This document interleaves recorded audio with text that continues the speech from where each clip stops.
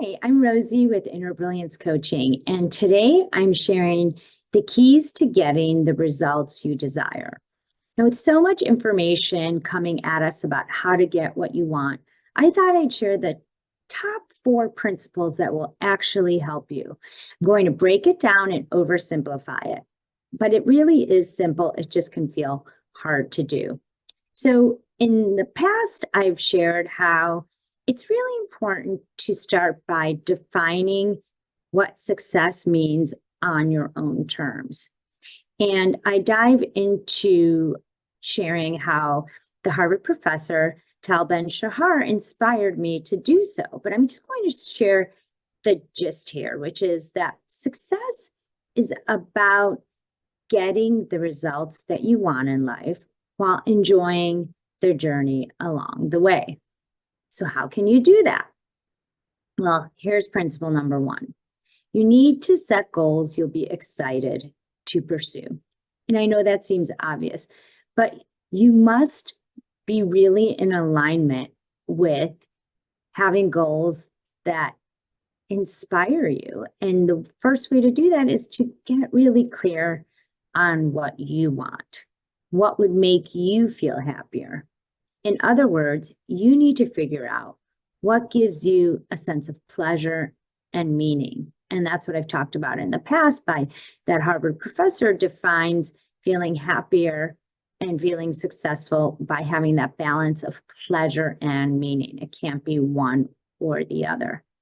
Then you can establish your goals based on your desires and personal definition of success. Again, not your friends, not your family, and not society's definition. And when you develop goals that are true to who you really are, that's when you'll be more motivated to pursue them. So let's move on to principle number 2, which is to write down your goals. Evidence shows that your brain can adapt to the intentions you set. So writing down your goals increases not only your commitment to it, but your chances of achieving them and ultimately gaining success. So make sure to write down your goals. Principle number 3 is knowing that life can sometimes feel hard. You might find, again, you're not always motivated to pursue your goals. So yes, they can be based on what you truly desire, but that doesn't always guarantee that you're going to be excited to go for them. So you might question, why should you formally establish them? Well, research shows that just having clear goals actually makes you feel happier. The mere act of setting and pursuing goals can affect your happiness, regardless of whether you attain them. So the idea is that if you commit to an objective or a goal or a desired outcome, you're more likely to enjoy the journey toward achieving it. And ultimately, you're just going to be more present in the moment. And if you're enjoying the journey, or in other words, your life, and feel good, you're more likely to attain a better outcome and get closer to the results you want. And that takes us to principle number 4.